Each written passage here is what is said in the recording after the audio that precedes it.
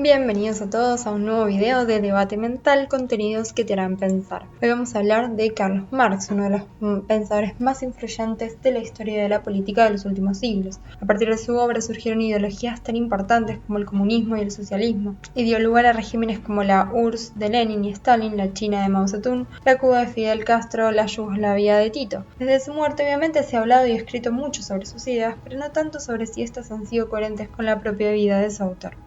Quizás porque resultaría chocante pensar que el hombre que se alzó contra los obreros esclavizados, padre de conceptos como la lucha de clases o la dictadura del proletariado, llevara una vida de burgués y fuera, de joven, un estudiante aficionado a los burdeles y a las borracheras. Esta otra parte de su vida la recogen Malcom Otero y Santi Jiménez en El Club de los Execrables, un libro publicado por la editorial Penguin Random House en 2018, donde cuentan el lado oscuro de este y también otros de los personajes más idolatrados de la humanidad como Churchill, Chaplin, Picasso, Hitchcock o Einstein. Marx nació el 5 de mayo de 1818 en Treveris, ciudad ubicada en Prusia. Aunque su familia era de origen judío, se habían convertido al protestantismo en 1824, se cree que para evitar persecuciones. Su padre, Heinrich Marx, era abogado en Treveris.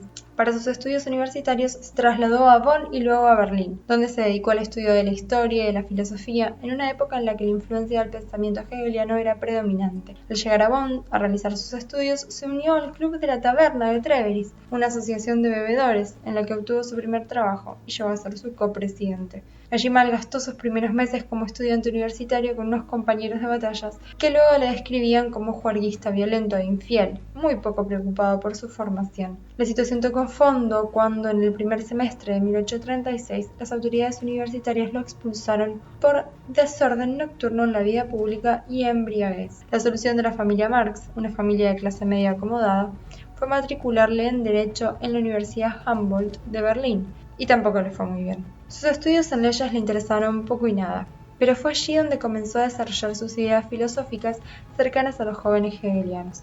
Finalmente se doctoró en la Universidad de Jena, que era conocida en el ámbito académico como un centro donde se conseguían títulos con relativa facilidad, con una tesis sobre el materialismo en Demócrito y Epicuro. Durante el tiempo que pasó en la Universidad de Berlín, que fueron 4 años y medio, fue encarcelado por alboroto y embriaguez y acusado de portar armas no permitidas. En el diploma que le otorgó la institución, aclaraba que había sido denunciado en varias ocasiones por no saldar debidamente sus deudas económicas.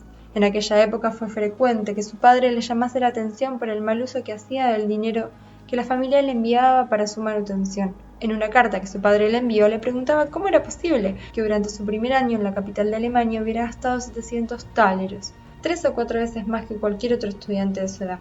Más que los jóvenes millonarios, le decía su padre en la carta. Era casi lo que ganaba un concejal del ayuntamiento de Berlín. A veces me hago a mí mismo amargos reproches por haberte aflojado demasiado la bolsa. Y he aquí el resultado. Corre el 4º mes del año judicial y tú ya has gastado 280 tales. Yo no he ganado todavía esa cantidad durante todo el invierno. Añadía su padre en otra carta recogida por Antonio Cruz en Sociología de una desmitificación, publicado en 2002. Después, Marx se volcó al periodismo. Se trasladó a la ciudad de Colonia en 1842 y comenzó a escribir para el periódico radical Gaceta Renana. Allí expresó libremente unas opiniones cada vez más socialistas sobre la política. Sus compañeros de trabajo le describían como un hombre dominante, impetuoso, apasionado y con una confianza sobredimensionada en sí mismo.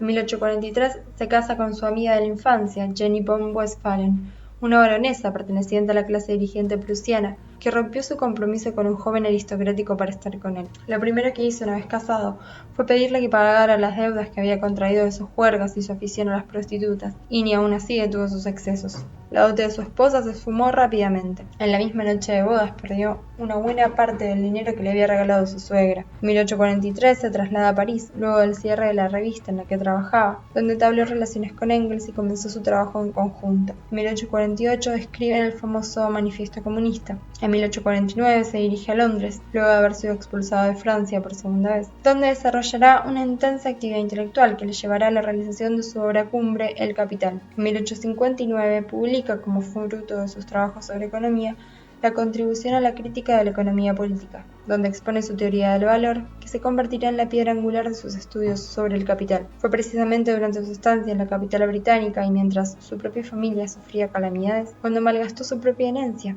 también a base de borracheras. Durante esos años, Marx y su familia tuvieron que sobrevivir gracias a las pequeñas ayudas que les brindaba su suegra millonaria y sus amigos. El propio Engels tuvo que regalarles una casa, y a pesar de ello no consiguió que llegara a su hogar la estabilidad económica que tanto ansiaban su mujer y sus hijos. Él mismo lo confiesa en una carta a su amigo, en la que reconoce que a pesar de no tener que pagar ningún alquiler, sus deudas no paran de crecer. Esto no impidió que Marx veraneara en los mejores balnearios, ni que mandara a sus hijas a estudiar piano, idiomas, dibujo y clases de buenas maneras con los mejores profesores de Londres. Todo pagado por Engels. Otro dato que sorprende de su vida es que el famoso pensador socialista, promotor de la lucha de clases, llegara a escribir una carta en la que expresaba sus dudas sobre el marido de una de sus hijas. La razón: no tenía claro que fuera de buena familia. Una actitud no muy digna de quien escribía y luchaba contra la opresión y defendía a las clases obreras más desprotegidas y desfavorecidas. Otro dato curioso es que, a pesar de las penurias económicas que arrastró, tuvo una criada trabajando en su casa durante toda su vida. Su nombre era Helen de Muth, le decían Lenchen, y servía a familias ricas desde muy pequeña, desde los 10 años de edad. Después de pasar por varias mansiones, llegó a la casa de la baronesa Westphalen, la suegra de Marx. Cuando la hija de ésta se casó con el pensador, les regaló a su sirvienta, que tuvo que seguir al matrimonio hasta París y Londres, aunque solo hablaba alemán. Por su trabajo, Carlos Marx no le pagaba ni un solo centavo, a pesar de que se encargaba de las tareas domésticas, de cuidar a sus 7 hijos y de administrar los pocos recursos de la familia. Y por si no fuera poco, el filósofo mantuvo con ella una relación extramatrimonial. En 1850 deja embarazada a su mujer y, aprovechando un viaje de ella a Holanda para conseguir fondos para la causa marxista, también deja embarazada a su criada, que tiene un bebé en 1851. Y le puso de nombre Frederick y se lo dio a una familia para que lo cuidara. En una carta Marx le dice a Engels: debo revelarte un misterio tragicómico. Esto lo descubre Samper Pisano en una biografía que publica Padover en 1978. El misterio en realidad era un pedido. Para que Marx salvara su matrimonio, Engels, que era soltero,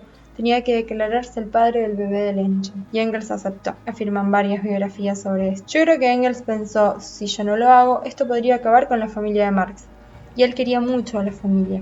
No le costó hacer eso por su amigo, que era como un hermano, añade el autor colombiano. A causa de esto, la mujer de Marx no soportaba a Engels. Marx mantuvo la mentira durante un tiempo, pidiéndole a su esposa que no le recriminara nada a su amigo, y cuando la señora von Westphalen por fin conoció la verdad, aquello se convirtió en una especie de herida familiar silenciada.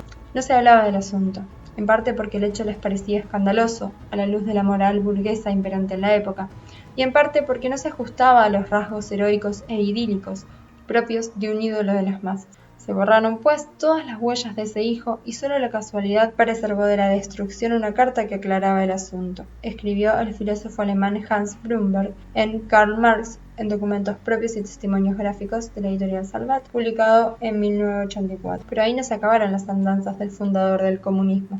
Además de su afición por los prostíbulos londinenses, cuenta Notario Jiménez que mientras su mujer estaba convaleciente con varicela, intentó abusar de su sobrina. Todo ello mientras su familia sufría una tragedia tras otra. De sus 7 hijos, solo consiguieron sobrevivir 3 hijas, y de estas, una murió de cáncer a los 38 años y las otras 2 se suicidaron. Una de ellas, Laura, lo hizo junto con su marido, Paul Lafargue, uno de los introductores del marxismo en España. Habían pactado, de jóvenes, que se quitarían la vida cuando su salud no les permitiera mantener su independencia vital. Lo cumplieron pasados los 60 años.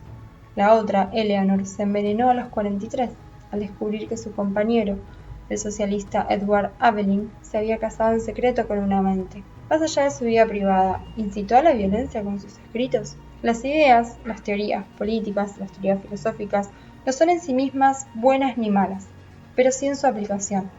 Las ideas de Engels y Marx responden a un tiempo en el que el capitalismo industrial había llegado a un punto insostenible para la población más desfavorecida. En este sentido, quizás esa crítica al día de hoy aún puede tener algún sentido, pero vivimos ya desde hace muchas décadas, especialmente si hablamos de Occidente, en países democráticos que han superado en gran parte la confrontación entre clases sociales, han distribuido la riqueza de una manera mucho más equitativa, aunque quizás no en todo el mundo de la misma manera, pero ciertamente se han hecho grandísimos avances. El marxismo, ya sin su creador, se convirtió en una metafísica, en una religión, en la que también la fe se anteponía a cualquier otra cosa.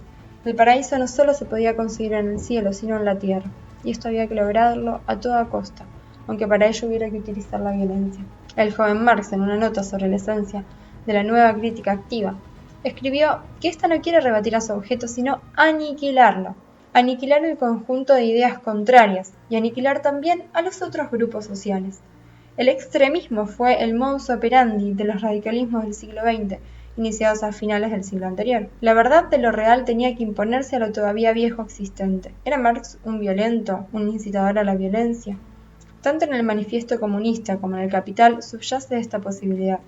La lucha de clases como motor último para cambiar la historia. Suplantar una libertad burguesa, que posteriormente se fue extendiendo al resto de la sociedad, por otra, en manos de las masas y de sus agitadores. ¿Acaso la libertad se puede entender de otra manera, distinta a la que vivimos? ¿Se puede vivir sin libertad? Prueba de ello fue la URSS.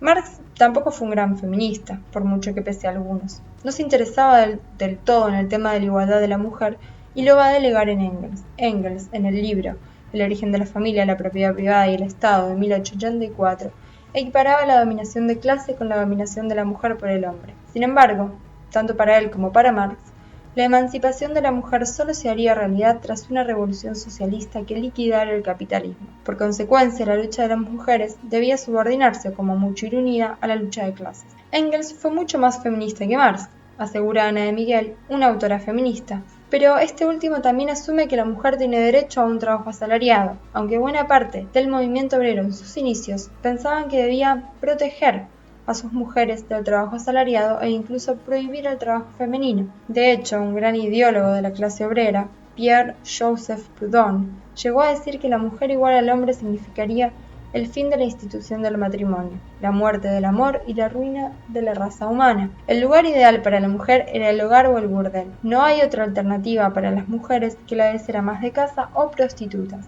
Otros aseguran, ya hablando de la puesta en práctica de las ideas marxistas, que la relación entre izquierdismo y feminismo fue un matrimonio infeliz, casi de conveniencia. El marxismo considera al feminismo como una lucha de segunda, y sobre todo burguesa. Por eso, la Unión Soviética prohibió el feminismo directamente. Muchas gracias por escuchar. Por favor, no te olvides de dar like, suscribirte, compartir si te gustó. Esto fue Debate Mental, contenidos que te harán pensar.